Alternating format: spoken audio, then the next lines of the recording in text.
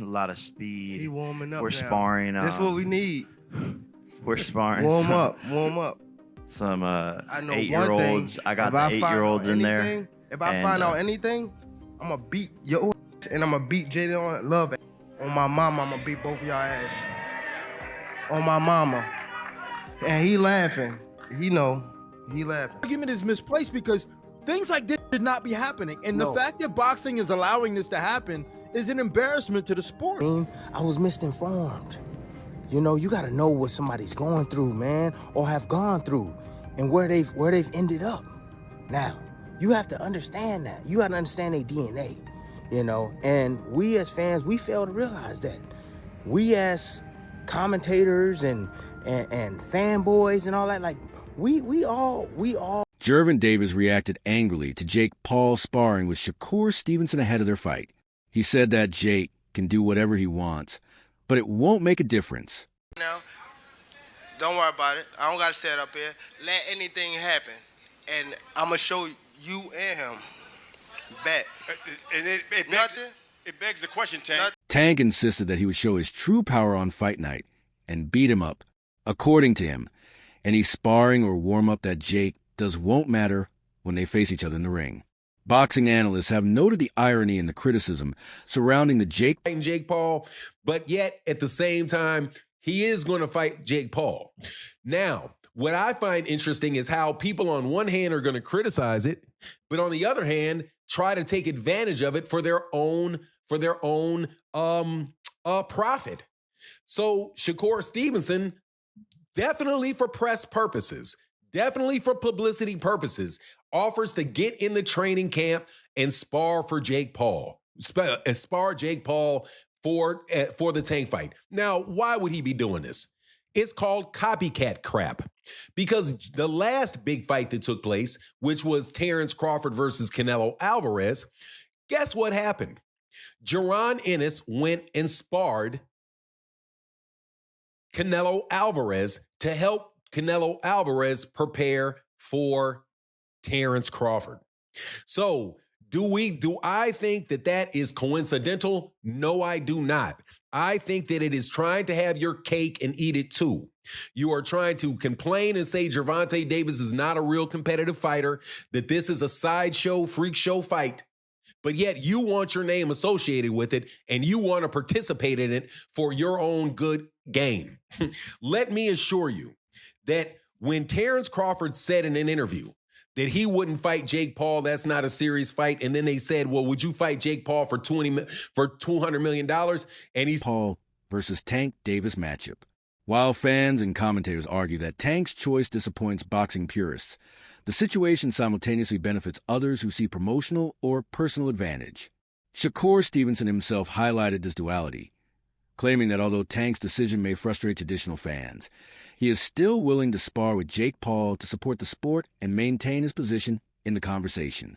After he made $40 million with Ryan, when he make another $40+ million with Jake, he's gonna go make $40 million fighting Jake Paul, and then he's gonna come back and fight Lamont Rowe for what? He's gonna come back and fight Shakur Stevenson for what? He's not gonna fight none of those guys. No, the only way he fight any of them guys, Turkey gonna have to hit him with the Crawford money. Cause that's the thing. You do this for a reason, bro. Like, I get it. You want him to be competitive, but his goal is money. He made 40 with Ryan plus everything in between. Now he get this 40, 50 million plus. He don't even gotta fight no more. So now if you want him to fight Shakur, give me that. This dynamic underscores a complex interplay between business, personal reputation, and fan expectations in modern boxing.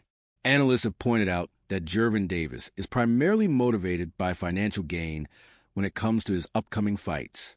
The recent matchup with Jake Paul in particular has stirred conversations because many believe Tank's focus is on the monetary benefits rather than legacy or boxing prestige.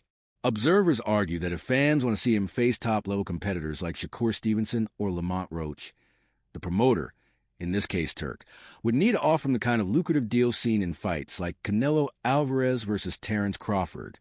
At this stage in his career, money seems to be Tank's main driver, influencing his choices more than competitive glory. Shakur Stevenson, a highly respected figure in boxing, expressed clear disappointment after Tank opted to fight Jake Paul instead of facing him in the ring. He conveyed that Tank avoiding a fight with him is seen as a ducking tactic, which many consider disrespectful to the sport. Shakur emphasized that true fighters face challenges head-on, and that choosing a crossover opponent over an elite professional like himself undermines the integrity of boxing. This public statement has added fuel to the ongoing debate about Tank's priorities and the influence of financial incentives. A lot of boxing fans aren't happy with the fact you've taken this fight rather than the road rematch, fights with the likes of Shakur, Devin Haney, Teofimo, etc. What do you make of that reaction? And can we still expect to see those fights? Why should I care what they think? When y'all switch somebody can have a bad day and y'all switching on who y'all favorite fighter is or who this person is supposed to fight. Like y'all need to sit back and be fans and just enjoy the sport. Like y'all even talk about people's personal lives over sporting honor. Tank Davis responded angrily to fans' questions regarding accusations of him dodging top fighters like Shakur Stevenson. He made it clear that he does not care about public opinion, emphasizing that fans often shift their loyalties after a single disappointing performance. Tank stressed that his focus remains on his career and personal goals rather than on satisfying every critic or fan. This reaction reflects his unapologetic approach to handling pressure and criticism while maintaining control over his own decisions and fight trajectory.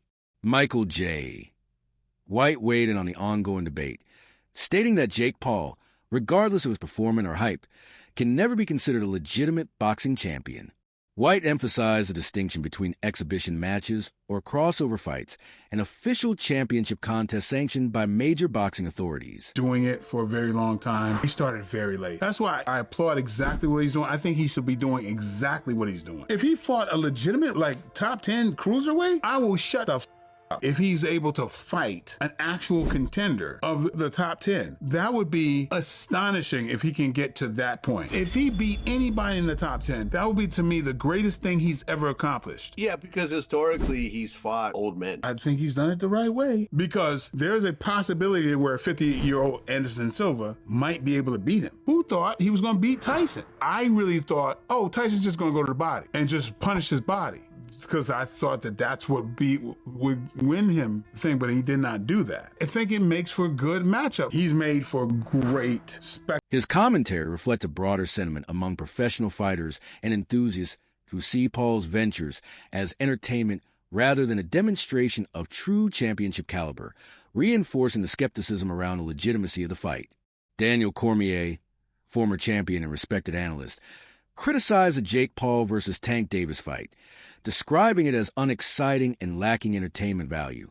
Cormier argued that Tank does not fight out of financial necessity, and that the matchup does not align with the level of competition expected at his stage.